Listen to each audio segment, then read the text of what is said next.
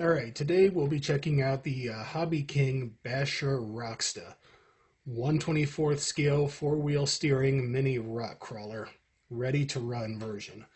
Now, the first thing I should tell you about this is their ready to run is not Traxxas ready to run. Traxxas came up with ready to run a long time ago, and their ready to run really meant ready to run. It came with the vehicle, it came with the battery, it came with a charger, it came with the controller, it came with batteries for the controller. This comes with none of that. This is just the vehicle and the remote. You still need to purchase a charger, a battery, and batteries for the remote on this. So when they say ready to run, it is not ready to run. There is a kit version of this, which means you just basically get the shell of the vehicle, the chassis, and you buy the servos and the motor and everything you want to it, but ready to run is not ready to run. So let's get to the vehicle itself. So here it is out of the box. If you take a look at it, it looks pretty cool.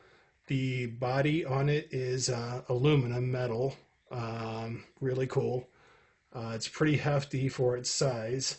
If you line it up right here next to a low C 1/24th scale short course truck, you see it's sizably bigger than the low C is. It's heavier, no doubt, because it's got two servos and four-wheel drive.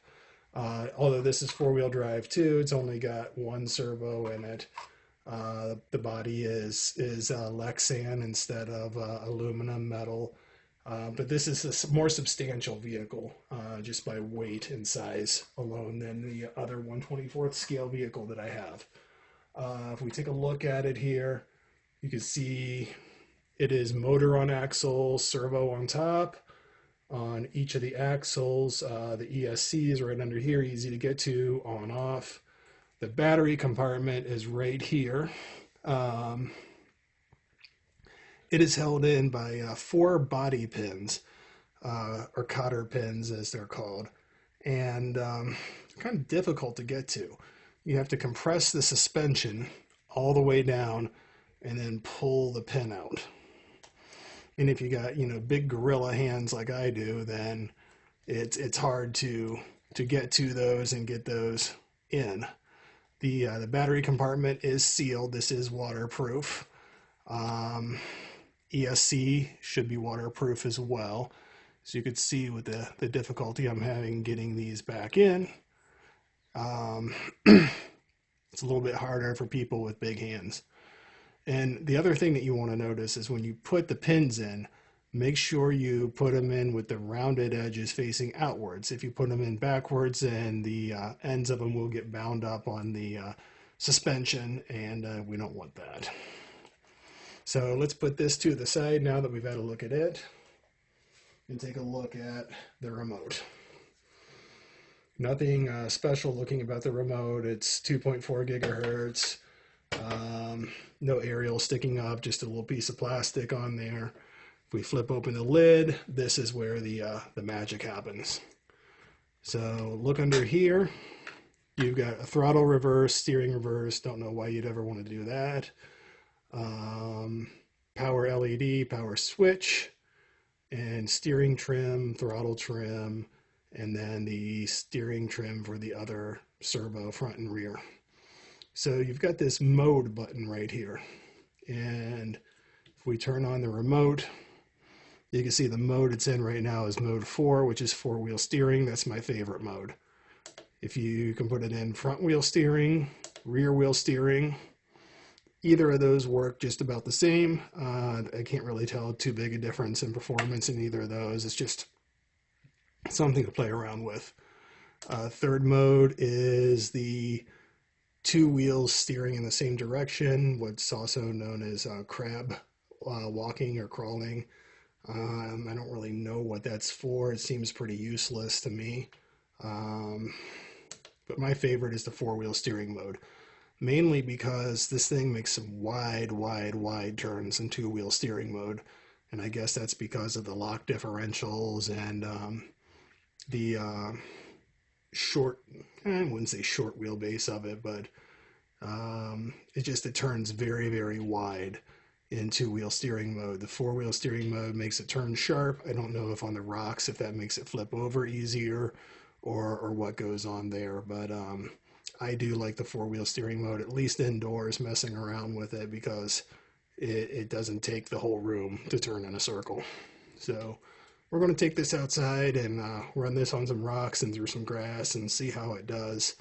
I can tell you right now, I'm highly impressed with this thing. I don't know how it performs, on the rocks and in the grass, but just messing around with it indoors, it's solid, it's fun. You can get upgrades for it. You can get a whole metal body chassis for the thing other than the body. You can get a plastic body for it if you want that. Upgraded tires. There's just upgraded servos, 130 motors. There's just no shortage of stuff that you could do with this thing. The one negative thing that I have heard about it, and this is in the HobbyKing forums, is that the included gears in the gearbox with this are plastic. Now, I don't tend to be as rough on my stuff as other people, but there are a plethora of people out there who says that they've shredded their plastic gears in no time. And there is a metal upgraded set. It costs about 12 bucks on HobbyKing as of right now. And if you're someone that's rougher on your stuff, or you think that you just want to upgrade to that, you might want to consider buying that when you buy the vehicle. Like I said, it's only about 12 bucks, and I paid 75 for the vehicle. So that makes you come in at 87, which is still cheaper than the Red Cat Sumo or the ECX or low sea crawlers, which I would assume would be the direct competition for this one right here. So you're getting upgraded metal gears in this vehicle, which is already pretty cool to begin with, for less than the cost of those other models. So we'll take it outside here in a little bit. Now, I don't have a real rock crawling course or anything, so we're just going to be crawling through some rocks in a culvert and some grass, but you should get the idea of how well it does then.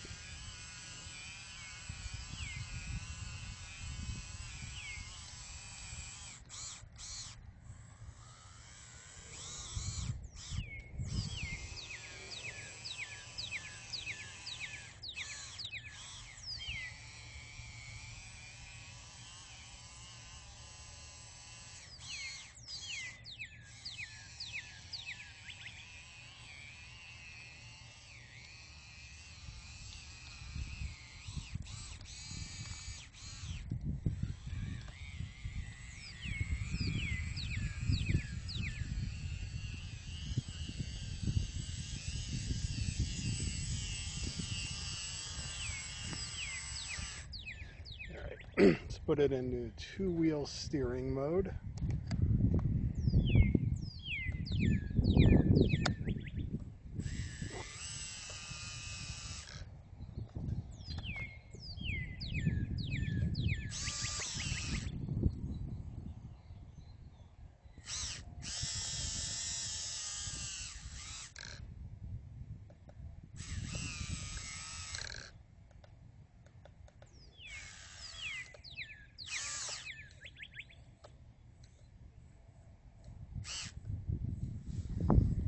Apparently the front servo has come loose, so we'll pause and fix that.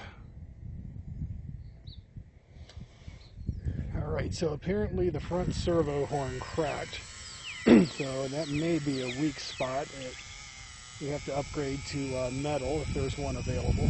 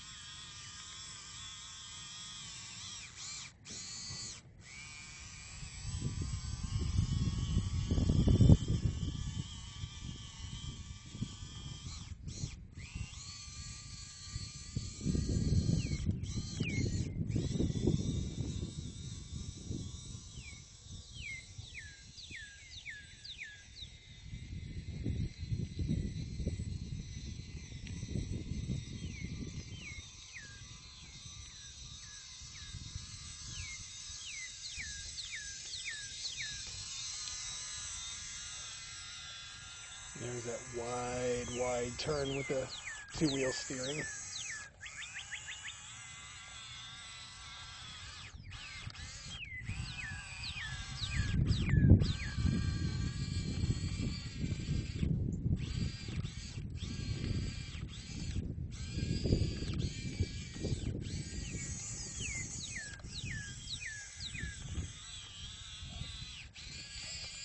I do think with the four-wheel steering it gets itself out of trouble easier.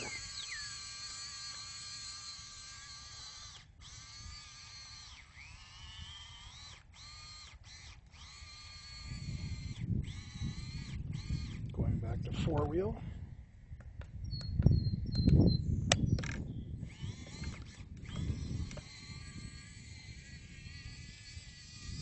Yeah, it definitely gets out of trouble better.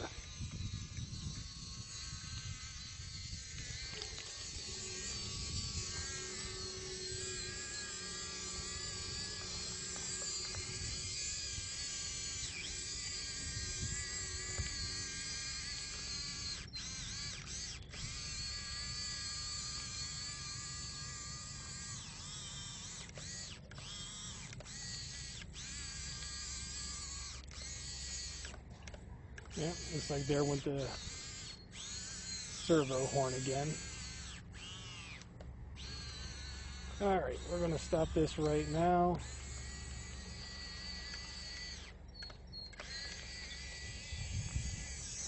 And we're going to say it needs a new servo horn. Okay, so we're back after doing a little research on the HobbyKing website. And it turns out that it looks like there isn't any servo saver, servo arm, whatever you want to call it, available for this to fix this cracked one. So what I'm going to end up doing is, apparently there's a pretty good replacement for these. There's the Turnigy 9025MG Metal Gear servo, and apparently the servo horn on that, the servo saver, servo arm, whatever you want to call it, is the right size to where you can go to your local hobby shop or wherever and just get micro servo arms for it without any problem.